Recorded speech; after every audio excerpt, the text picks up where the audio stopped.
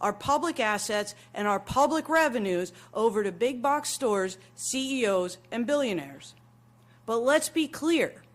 If we accept U.S.-style alcohol sales, then we're going to have to accept U.S.-style healthcare and education as well.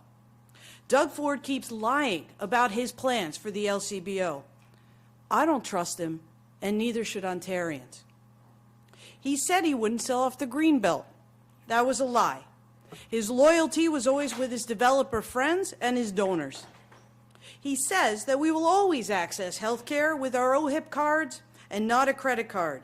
Yet we know people who are being gouged by private clinics. Doug Ford said he won't sell off the LCBO, but now he's giving it away.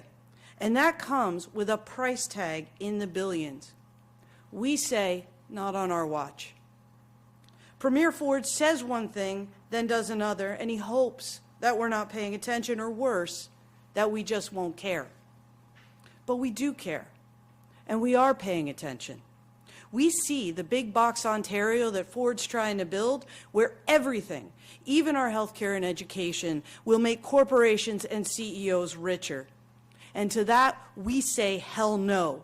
Nobody wants an Uber rather than an ambulance. LCBO workers are here standing up for a better future for Ontario, and we're ready to stand with them in that fight, because when they win, they're going to be winning for all of us. Thank you. Now we'll open it to questions. Hi, Richard Southern with 680 News Radio. I'm sure JP, I mean, it sounds like you guys are going on strike, right? It sure sounds like you guys are going on strike.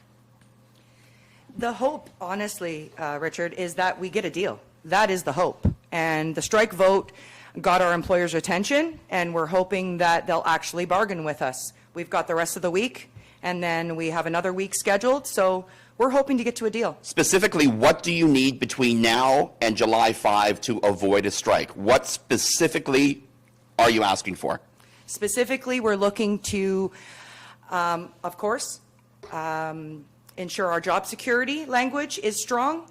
We're also looking at an alternate model for alcohol sales in the province. What does that mean?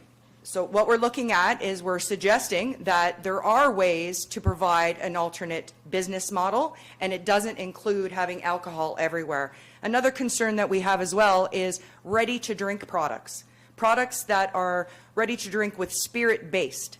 So this is a move that went forward that we never expected to happen. We don't see spirit-based ready-to-drink products in any other jurisdiction in convenience stores. I'm shocked that the government went this way. And spirit-based coolers, spirit-based products, spirits altogether are something that we need to protect and we need to keep within the LCBO. So that's part of your demands. If they don't get rid of the ready-to-drink, yes, you will strike. Thank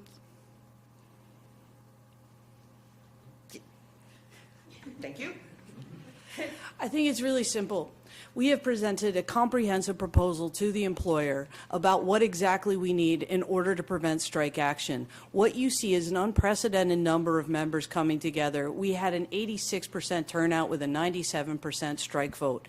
What we have put across the table to them is a comprehensive plan that in detail protects good jobs in our communities. It makes sure that there is security for those part-time workers. It makes sure that Ontarians are protected, but most of all, it prevents additional contracting out and brings back work that is appropriately belongs in the LCBO.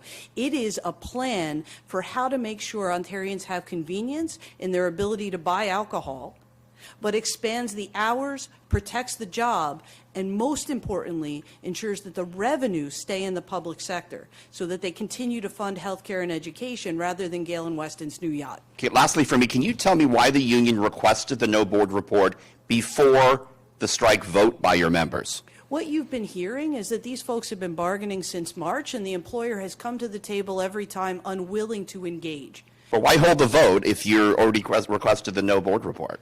because this is how these types of actions normally work. What you're doing is trying to increase pressure on the employer to demonstrate that you have a united front amongst your workers. The employer would not listen, even though these are folks that were willing to work together to engage to find a better plan for how to expand alcohol sales, in order to expand how this work is done, but to make sure that it is done well and within the public service so that our revenues stay within the public domain. What we had is an employer sitting across the table who believed that they could get away with not having to talk to workers, not having to work together, and a government that was hell-bent on ensuring that our profits of the only thing in the government that makes any money was actually handed off to his buddies rather than funding our classrooms and our hospitals. Will you accept the offer of a third-party mediator, which is what the LCBO is asking for? They're meeting with a mediator this afternoon, if I'm not mistaken. Hi, I just want to make sure I understand this absolutely right. When you say we're going to be in a legal position for a strike on July 5th, does that mean that if there's no deal on July 5th, everyone's on strike? Yes, that's what it means, yes. Okay, and the government has given no indication that they intend to go back on having alcohol sales in convenience stores. Short of doing that, which would be a political decision, what compromise are you willing to accept? Yes, please, yep. So whenever you're in a negotiation like this, and I think that's an excellent question, everybody wants to know what is the compromise position, and that is a discussion that will happen both with the employer and through the mediator at the table. We are not looking to have a strike for no reason. We're not looking to go on strike. There is still a number of steps that can be taken if the employer is willing to engage. As a matter of fact, what we've put forward is a proposal that does not see a rollback of expansion of alcohol sales into corner stores and other extra agencies.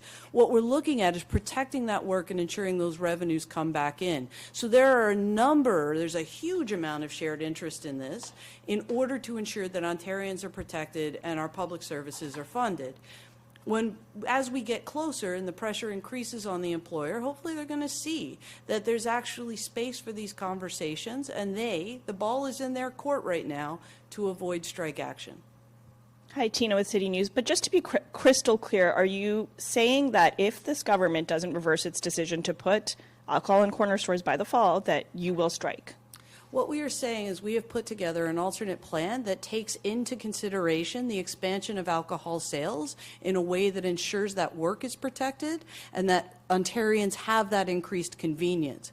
What we are looking at specifically is for the government to respond, for the LCBO to respond to that proposal and to start actually negotiating in good faith with these workers. That is how you avoid a strike. Are you able to give any details of that alternate plan, that alternate proposal? I believe that there will be details forthcoming. Okay. How many bargaining dates do you guys have between now and July 5th? 8 days. And are you confident in those 8 days you'll be able to work this out? Because it doesn't sound like you guys have too much faith right now. Our team is confident. Really, it depends on the LCBO. It depends on the employer. Our team has been here, ready to bargain since March, and we're looking to get down to business. So we do want a deal. That is the intention here. You made a comment earlier saying it's clear LCBO isn't at the table. Can you elaborate on what you meant by that? Yes, it seems very clear that every time we speak to the employer, they have to go off to get answers on things. We're not getting anything from our employer. So it just seems like the government message keeps coming back to us, and we're not getting any proposals, exchanges back. So that is why we firmly believe that our employer's not there, that the government is the one who is directing our employer on how to bargain. Colleen, should Ontarians be stocking up right now from the LCBO? That depends on I guess, Ontarians, really. I mean, we're still going to be here, right? 17 more days. It's up to Ontario to decide if they need to stock up. I mean, I don't think we need to all rush over, but if that's something that folks believe they need to do, then public services, job security, purchase from the LCBO. You guys are far apart, though, right now, clearly. We are far apart. But that doesn't mean that we're not looking to get a deal, that we're not looking to actually bargain. And like I said, we've been here since March, and we are looking to bargain. That is what we want. We want the employer to bargain with us. Okay? Thank you. Thank you very much. Just for accuracy, are you guys seeking a wage increase, an hourly wage increase? And can you break down what people are making right now currently, part-time and full-time, in an hourly wage? The wage, of course, wage increases. I mean, to keep up with inflation, of course, we've tabled wage increases. But really, this fight, to be honest, is a fight for public profits, a fight for our future, and a fight to sustain the LCBO for another 100 years. What is the average salary right now, hourly? About $17, $17.65 roughly to start, and it goes all the way up, depending on your years of service, to about $30. And I just want to check, you're saying 70% are casual employees? Yes, 70% of the retail workforce are casual employees with no guarantee of hours, no sick time, no vacation time, and have no security whatsoever. So 70% of the people that you see at the LCBO when you go in to purchase are not full-time employees. So the demand is at the table, we want more full-time positions. We want more permanent jobs, permanent full-time jobs, and permanent part-time jobs. And they haven't budged on that? They have not. Do you feel like you have the public support in this? Yes, I do. We firmly believe we have the public support. A lot of people might look at this as a reason to actually have alcohol elsewhere because, you know, limiting where you can get it if you guys do go on strike, they might see it as an opportunity to have alcohol in other places. What would you say to that?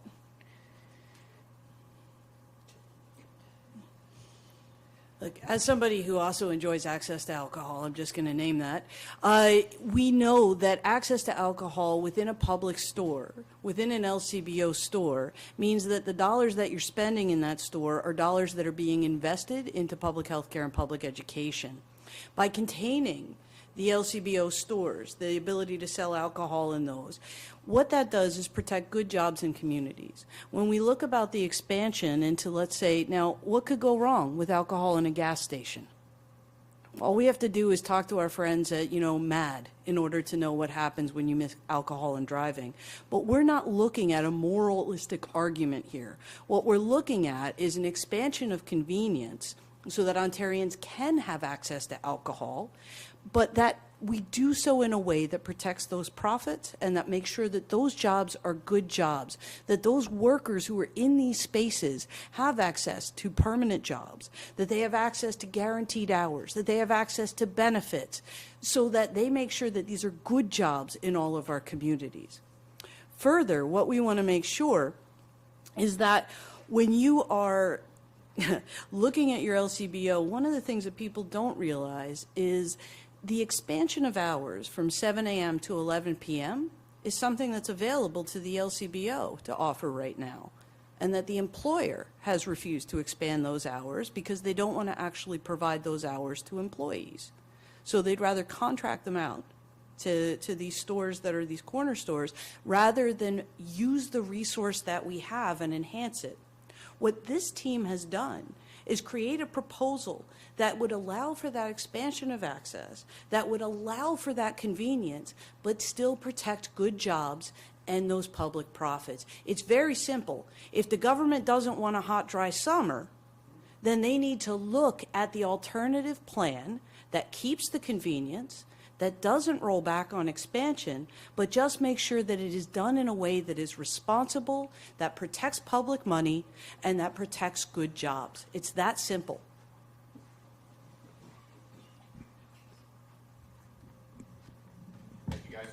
Thank you.